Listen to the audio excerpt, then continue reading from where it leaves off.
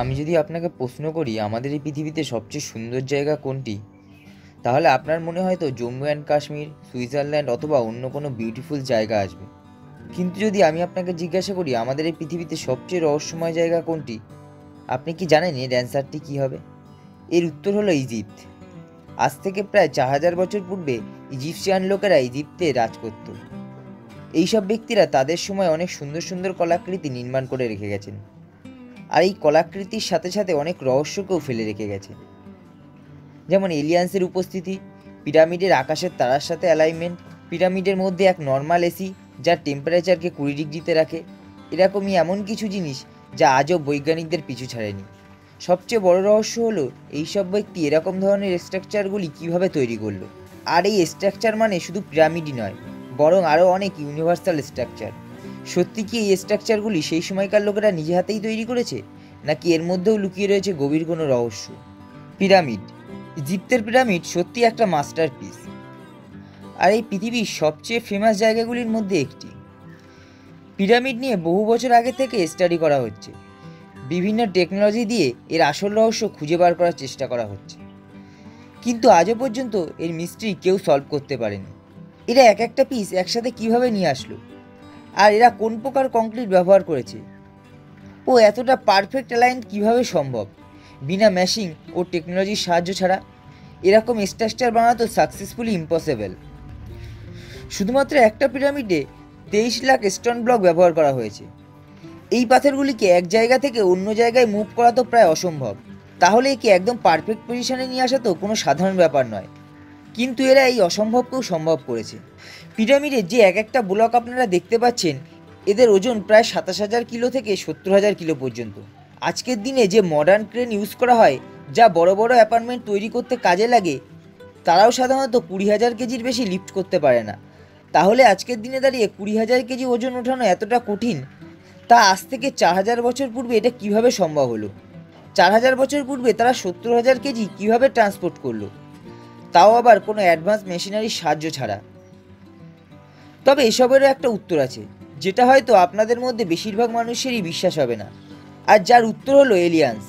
পিরামিডের সাথে যুক্ত একটি থিওরি রয়েছে, যাকে অরিয়ন কোরিলেশন থিওরি বলা হয়ে থাকে। আপনি যদি রাতের বেলায় পিরামিডকে দেখেন, তাহলে আপনি দেখতে পাবেন যে সেটা অ্যাকচুয়ালি আকাশের কনস্টেলেশন, মানে তারা ও নক্ষত্রের সাথে অ্যালাইন করে থাকে। আকাশের এই কনস্টেলেশনের নাম হলো অরিয়ন বেল্ট, আর এর 3টি প্রধান তারার নাম হলো অ্যালনিটেক, নিলাম ও মিনটেকা।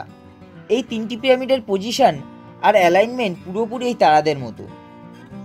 এই ইম্পসিবল ফ্যাক্টকে দেখে অনেক প্রকার স্টোরিস্ট মনে করেন যে পূর্বে এই পৃথিবীতে এলিয়ানের অস্তিত্ব ছিল, আর নিজের সাথে অ্যাডভান্স টেকনোলজি নিয়ে এসেছিল, যার সাহায্যে এই ইম্পসিবিলিটি পিরামিডকে তৈরি করে। ও এই এলিয়ানরা ওই তারা থেকেই এসেছিল। পিরামিড কে তৈরি করেছে, এলিয়ান না মানুষ? এর সঠিক উত্তর তো কারো কাছেই নেই। তবে একটা কথা তো সঠিক, যে পিরামিড ও তারাদের মধ্যে কোনো না কোনো কানেকশান অবশ্যই রয়েছে। কিছু থিওরিস্ট এটাও বলেছেন, যা আমি আপনাদেরকে এইমাত্রই বলেছি, যে এই সকল এলিয়ান ওই তারাতেই থাকতো, আর এই পিরামিড তারাদের কানেকশানকে দেখানোর জন্যই তৈরি করা হয়েছিল, আর যার কারণেই রাতের সময় একটা পারফেক্ট অ্যালাইনমেন্ট দেখা যায়। Tunnels in pyramid. পিরামিড তার প্রতিটি অ্যাঙ্গেল থেকেই রহস্যে ভরা, বাট এদের মধ্যেকার টানেলস এদের মধ্যে সবচেয়ে বড় রহস্য। পিরামিডের মধ্যে প্রচুর সংখ্যক টানেলস বানানো রয়েছে, কিন্তু প্রথমে লোক কমন সেন্স ইউজ করে ভাবতো যে এগুলি ভেন্টিলেশনের জন্য বানানো হয়েছে, যাতে করে ভেতরে হাওয়া প্রবেশ করতে পারে। কিন্তু এই চিন্তা সম্পূর্ণ ভুল প্রমাণিত হয় যখন একটি রোবট এর ভেতরে পাঠানো হয়। রোবট তার ক্যামেরা দিয়ে দেখেন যে এগুলিতে আসলে বন্ধ, আর প্রত্যেক টানেলের শেষে বন্ধ দরজার মতো কিছু বানানো রয়েছে। তাহলে এটি ভেন্টিলেশন কিভাবে তৈরি হয়ে থাকে?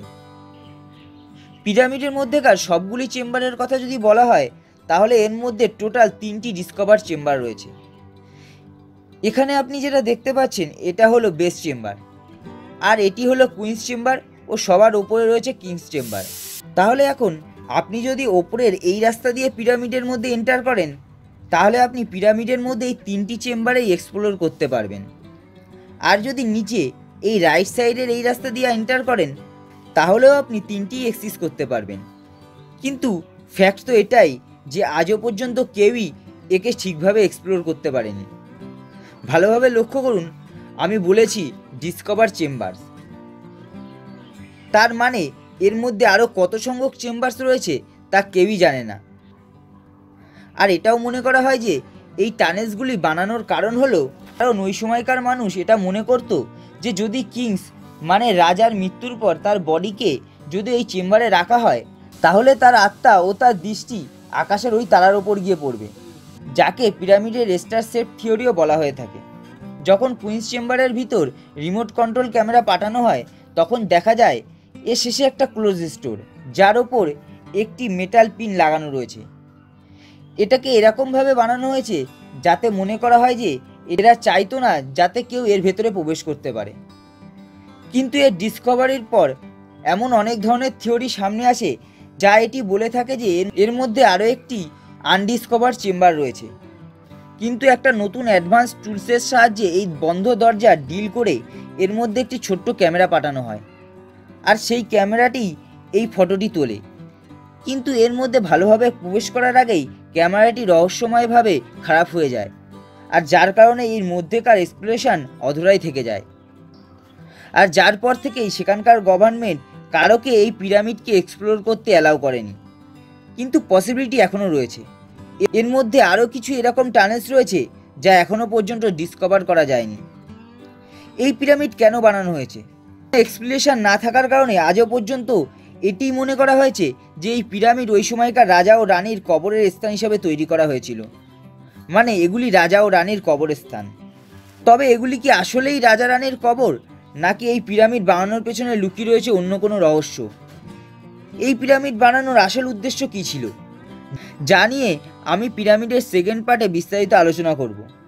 আপনারা যদি এর সেকেন্ড পার্ট দেখতে চান তাহলে অবশ্যই আমার কমেন্ট বক্সে কমেন্ট করে জানাবেন, এবং ভিডিওটি ভালো লেগে থাকলে একটি লাইক করুন, শেয়ার করুন বন্ধুবান্ধব ও ফ্যামিলি মেম্বারদের সাথে, এবং আপনি যদি এখনও আমার চ্যানেলটিকে সাবস্ক্রাইব না করে থাকেন তাহলে এক্ষুনি সাবস্ক্রাইব করে নিন ও